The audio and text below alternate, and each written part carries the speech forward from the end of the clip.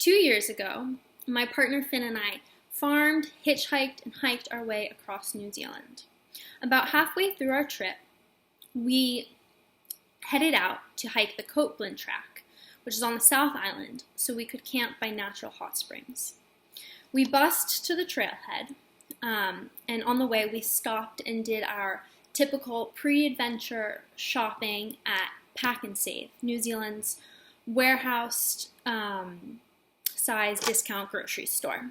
So we loaded up with cheap foods and lightweight food, and we got back on the bus and got dropped off at the trailhead.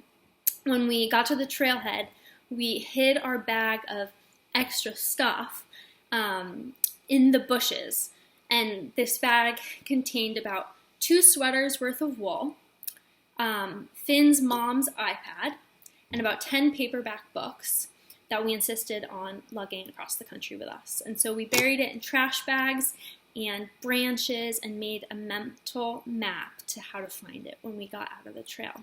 And then we headed off, by this point it was about mid-afternoon, so we were only hiking about 3 miles that afternoon where we would camp, and then the following day we would hike to the hot springs. And the hiking was beautiful. We meandered along this riverbed and we could see glaciers in the distance, and the water in the river was so remarkably turquoise. It was incredible. And so we got to our campsite, and we had an early evening. We made dinner, we did a little journaling, sat by the river, and then went to bed and woke up the next morning early so we could spend as much of the day as possible at the hot springs. So we packed up, got on the trail, and as we hiked, we were blown away by the scenery with every additional mile that we went. We climbed across wire bridges, across these wide rivers, and we passed people leaving who were just said so many wonderful things about how amazing the hot springs were. So we couldn't wait to get there. Eventually, we got there about in the mid-afternoon on our second day, and we went and set up our tent where we planned to stay that night, and then went to check in with the ranger who lived at the hot springs and manned the cabin where guests could stay if they didn't have tents. And so we went and said hello and told him that we planned to spend the night at the campsite, and he warned us that there was supposed to be terrible rains that night, and so he really encouraged us to stay in the hut, and he even offered us a discount if we weren't comfortable paying for the rate.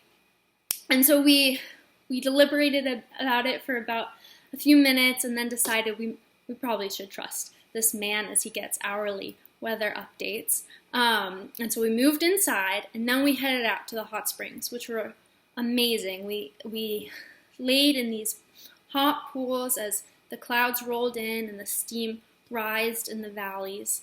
And it was so beautiful and peaceful, except for these signs that were posted all around the campsite and the hut and the hot springs, warning us about these brain-eating amoebas, that if you put your head underwater, you might get these amoebas up your nose, which would make you very sick and most likely kill you within 4 to 7 days. So I am a bit of a worrywart, so I was very nervous about that. But luckily, we didn't get our heads underwater, and we had a wonderful time. We had an early night again, we journaled and cooked dinner and went to bed as it started to rain in the hut. And right before bed, the ranger came out and warned everyone that it was supposed to rain all night and the following day. And so if we planned to leave the following day, we had to leave early in the morning, or else the water in the river would rise and we might not be able to cross the path. But now you have to understand that Finn and I were planning on catching a bus in 2 days. And so we were planning originally to leave in the afternoon so we could spend the morning at the hot springs, and then we would get to our campsite in time for bed and then wake up and catch the bus the next morning. So we didn't want to leave early in the morning, and the next day, as all the other campers packed up and left, we stayed behind for a couple hours and did some more journaling and talked about our plans for the rest of the trip. But then eventually around 11 a.m., the ranger came and told us, if you guys are leaving, you have to go now or you won't make it. So we decided we should listen to him at this point. We had ignored his advice long enough. So we packed up and we headed out. And within minutes, we were soaking wet, and it was pretty miserable. But we hiked along, and every mile that went by, we were a little bit more relieved that we had made it that far. But eventually, a few hours in, I think about 4.5 miles down the trail, we got to a stream that we couldn't cross. It was remarkable. There were all these stream beds that crossed the trail that we hadn't even noticed the previous day. And then we got to this one that was huge. It was like a waterfall of complete white water coming down from the right, and then a steep drop off on our left. And we stood there contemplating whether or not to cross it. And we decided that we didn't want to die that way, that we could maybe make it, but what if we couldn't? So we, luckily there was a little shelter about 10 minutes back on the trail. So we went there, and when we got there, it reeked of cigarette smoke, and inside there was a sleeping bag covered in this like red mold and kind of looked like blood, and it was filthy, and I was terrified, and I did not want to spend the night there. But that was our only option, and we felt lucky that we had that option. And so this was about 4 p.m. We hunkered down in that little cabin, and we made some dinner, and we hoped the rain would stop. And eventually it did stop around 10 p.m., right as we went to bed. And that was right as the mosquitoes came out.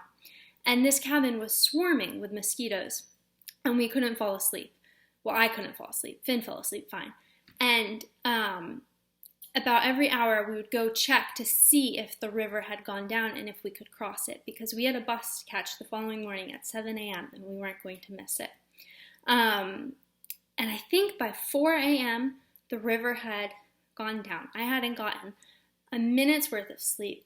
But we decided we couldn't stay there any longer, and we wanted to catch our bus. So we hiked out, and by 6:30, we made it to the trailhead, and we were so relieved. And when we got there were all these signs that said, "Caution, do not do not hike this trail." And so we were kind of proud of ourselves that we made it. We did it, even in the rain. And we made it out alive. We felt lucky for that. And then we made our bus, and it all worked out all right. But we did learn a lesson to listen to the ranger, and yeah, thank you for listening.